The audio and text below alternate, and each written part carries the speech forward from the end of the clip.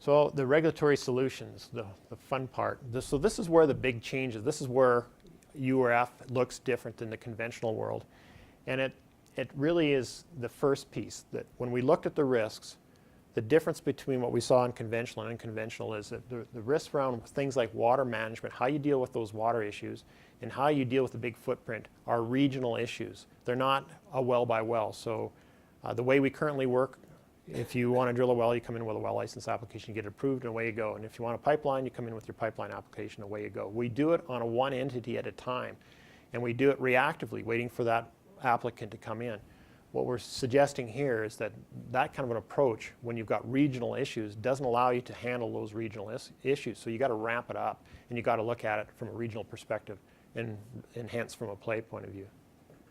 When we went into this, the odd man out was the hydraulic fracturing, which was the third issue, which we were looking at more on a well-by-well basis. And it was Ron sitting up here at the front that said, well, you might want to rethink that a little bit, because the rationale for that is that every formation or every play is going to be completed differently depending on the characteristics, which is everything from the depth, the geology, the types of fluids you're going to be produced. They can all be different, which means how you construct those well bores, how you construct your hydraulic fracs could be different, and the risks posed by that can be different. So it was kind of an aha for me, but it also made it even make more sense that it be tied into the play base. So there's some rationale where even that piece, which we were thinking it was being a one-off, is not really a one-off.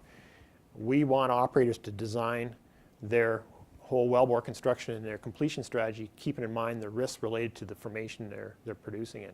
So a simple example, if you're producing oil out of a conventional pool like the Cardium here west of Cochrane, it's normal pressure, but a lot of these source rocks, like the organic rich shales that they're going after, and they've been doing this with the Bakken in North Dakota, tend to be overpressured. So from a risk perspective, that introduces a bunch of different things. So how you would handle your completion strategy in a Viking well versus the Duvernay that's overpressured is going to be different. And as an operator and as us as a regulator, we want them to understand there's a difference and make sure that they take that into account to minimize risk. Otherwise, you have casing failures and all kinds of wonderful things go wrong. This is a hard slide to talk to, but it does get to the essence of what's different in the old world to what's different in the new world. So I've already talked about our traditional focus is entity-based. So we wait until somebody comes in with a well license or a pipeline or a facility. They get their application, away they go. And we're suggesting this new one's going to be play-focused. So we're going to look at it from a broader point of view. And these things all kind of trickle together. So it moves us out of that reactive mode, waiting for an operator to come in, into a more of a proactive mode where we're going to say to them, if you're developing this play, you need to come in with a plan, a project plan or a play plan. And there's some subtle differences of what those are, and I'll get into that. So we're looking at a more of a planning process. Single performance, operator performance versus collective. And I've shown this slide to some of the industry folks, and they like most of the stuff to this point, but that one causes them to kind of glare at me a little bit as to, well, what exactly you're saying. But what it's getting at is if we're looking at a play that uses a lot of water, we may want to manage the water for the entire play, or if it covers a whole water basin, manage how that's being used. And if we see that it's not working well, the performance of that's going to reflect back on all operators. Now there may be a couple bad apples in the batch, but the idea is that we're going to manage water on a broader scale than looking at every single well and every operator. And performance of how that play is going will be reflected by the performance of how well the water overall is being managed, and we'll work from there. So it's quite a different approach than we've used in conventional before. If we're looking at plays, and every play being different, we're going to probably need different data for different types of plays. And so we're going to factor that in somehow. And it's probably going to be different depending on the life cycle where you are within the play. Exploratory to full commercial production, we may want different kinds of data. And so that's one industry is quite interested in going down that road. So how does it all work? And this is where industry really sits up in their chairs to see, well, how are you going to actually pull all this off? And as I mentioned, we start off with the existing requirements still apply, so we're not abandoning those. The first thing that we would do, that we're talking about doing is, and we've got some work going on right now, is looking at pad approval. So rather than getting approval for individual wells, if you're going to drill a pad with whatever number of wells, 4, 8, 16, and all the normal infrastructure that goes on that, you can get one approval. And you don't have to drill the wells in any particular time period, but once you've drilled them, and this is, we haven't landed here because there's some legal pieces we have to work on too. once the well is drilled or any other activity is complete, you register that activity with us. So you notify us that you're complete. And so we get all the normal data we would. But what it does is it gives them flexibility around timing of these operations, and sometimes it's really difficult to time them, particularly if you've got multiple pads and not enough drilling rigs, for example. This gives them that flexibility, and it reduces repetitive work for them and for us. So a lot of this is just, you do it once, you don't have to do the exact same thing 4 or 8 or 16 times. So it's reducing, getting rid of that repetitive. And this one seems a bit like a no-brainer.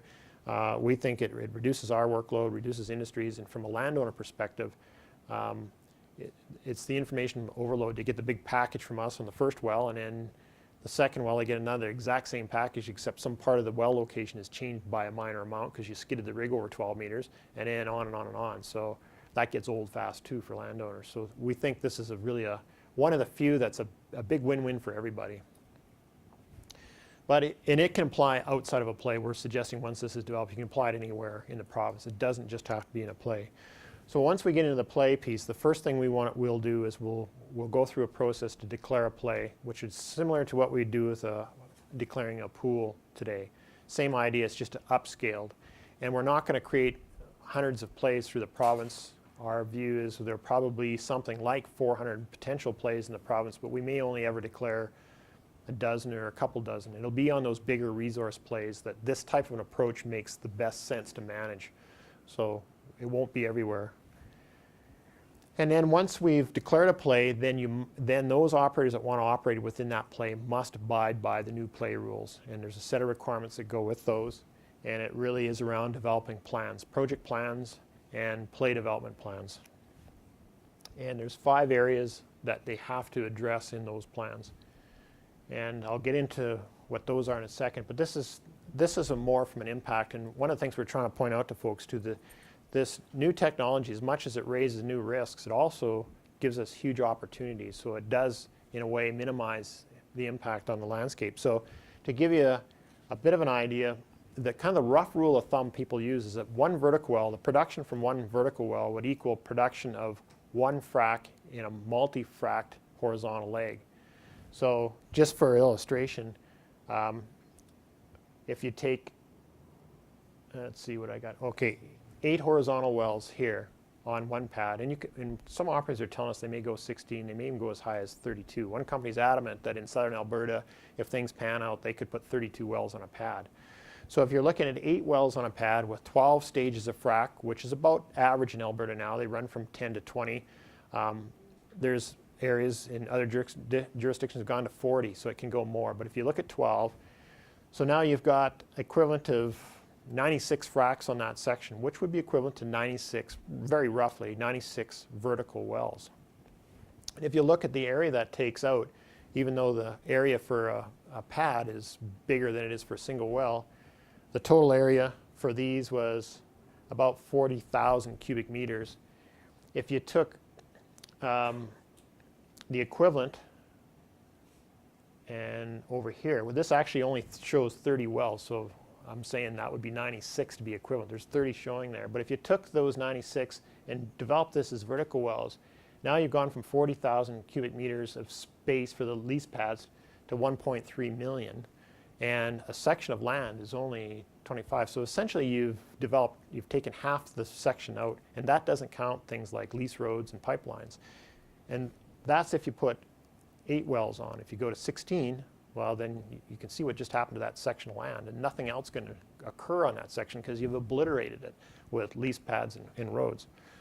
So the point of all that is horizontal wells, and the longer the reach, the better. And some companies are getting to the point where they think they can put one pad and drain 4 sections, that's even better. So 4 sections of land, which is 4 miles by 4 miles. Is that right? Yep. Lot less impact on the landscape. So we want to make sure our regulatory system, the way we set it up, does not impede the ability to do that. We want to make sure we encourage pad drilling and horizontal drilling. It's critical to reducing that impact. So I talked about plans. So once we declare a play, company has to come in with a plan. And they can do it. And the plans must address these 5 things, and there's lots of stuff here, so I'll try to keep it fairly short. But they must address water management. And we're moving towards performance-based or management-based systems, which means we're going to tell them what they need to achieve. We want a good water management plan, but we're not going to tell them how to do it. That's going to be up to them. It'll depend on the variables within that particular play. They can give us the plan, we'll look at it and see, well, is this likely to meet the objectives that we want? And if we think it does, off they go. What we'll do then is to monitor their performance to make sure it's achieving those outcomes. And if it's not, then we're back to hauling them in or doing whatever we need to do. So we do the same with these other areas. So these are other risk areas. So surface infrastructure is the same thing. What we're trying to get to is how do you minimize surface infrastructure? So where are you going to put your pads? Are you going to have a water source well, or are you going to be trucking water? And if one company's trucking water, another one's going to drill a water source well, and one's removing thousands of trucks off the road, we're going to be asking the other one, why aren't you looking at a water source well? Or better yet, why aren't you teaming up with the other company to drill one common water source well? So we're asking them to figure out how to minimize infrastructure or minimize that footprint and putting a plan in how they're going to do it. Now these are far-reaching plans. It's not just for the next week, but it's once they understand how this play is going to develop. And if you recall what we were talking about early on with these resource plays that can cover townships, once they figure out how that's going to work, then come to us with a plan. And you need to address certain things within a plan, and these are the key areas. We got more detail in each one of these, but the other is the subsurface. And this is one that, from the public perspective, is not a huge deal, but it's also the one that industry is less likely to collaborate in. They're not going to tell each other what they're doing in the subsurface. They want to figure out who's got the best mousetrap and who can get the best production. So we don't have high hopes on collaboration on that. Stakeholder engagement, same thing. Once they've developed the plan, part of the plan must include how are you going to engage the business leaders, the counties whose roads are going to get pounded out. How are you going to work with all those folks, and what issues are you going to work with them? So in other jurisdictions where it's worked well, they'll get together with a county and come up with road use agreements that will say, well, we'll only use certain roads and we'll maintain them and we'll build them up to a grade that'll handle this kind of traffic, and we'll stay off other roads, as an example. But what we're saying is you need to sit down with the stakeholders within that area, and you need to discuss these things and come back with a plan. And then finally, we added this one in more recently, but this was this question about wellbore integrity, life cycle wellbore integrity. So tell us how you're going to ensure wellbore integrity, not only of the wells you're drilling, particularly if you're skidding your rig over 12 meters and drilling another well and hydraulically fracking that, what impact does it have on your first well? And what about old well bores in the area? What about other producing well bores in the area? What's your plan to identify the risks and mitigate those risks full life cycle? So we're not going to tell you what to do because it'll vary depending on what we were saying before, whether you're in a deep formation or a shallow formation. We're asking companies to come forward with that plan. I'll back up to here. Where we were going initially was that the way this would work, once we declare a play, if there was 4 operators in the play, we'd say, we want one play plan. So you need to address all 5 of those collectively together and bring that plan forward. We're not asking it at the exploratory stage, so we'll wait till the land's all sold and everybody's got their little piece, and then we'll say, come forward and tell us what your plan is. That is the ideal, and we know that that is going to be a tough target. To your point, that's going to be tough to get them to collaborate. Now, when we've talked to some of the bigger operators around this, they believe that some of these pieces, yeah, they can probably collaborate on. So water management, they see that is one they have to collaborate on. So we think we'll get traction around that one. The stakeholder engagement is another one. They see huge benefit if they can get together and work with the community as a group. So form an operators group or whatever they want to call it for that play and work on the stakeholder engagement together. And they see big benefit in that. They're queasy about the second one. They think there's some things, and I think we're going to have to push them a bit on that one.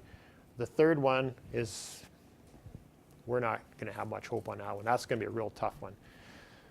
And then the fifth one, I don't think they've seen that one yet, so I'm not sure how they'd react to that one. But so to your point is what we will, there's different ways of doing it. One is our hope is that we could get them together and collaborate, but we recognize that's going to be a tough sell. Therefore, they have to come up with project plans, but we will be grilling them on within a project plan. If they've got infrastructure that doesn't look like it's lining up with other project plans, then we're going to be looking and questioning them on that.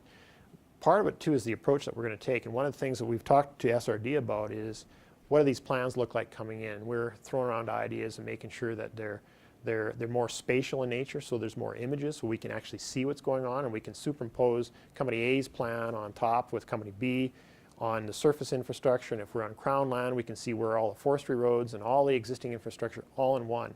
And then that'll allow us in the decision-making process to say, well, that one looks pretty good. You've taken into account existing infrastructure. You've taken into account forestry roads. These guys are just going to bulldoze and make everything new, so not so good. So it's how we actually pull all that together will make a difference too. So we're working on that, what that might look like. But that's going to be a tough one. Technical issues, I did mention potential for induced seismicity. I won't get into that unless somebody has a question. It's kind of an interesting topic. And I think in Alberta, we're in pretty good shape on that one. But it has been in the media, it's been in the newspapers right around the world.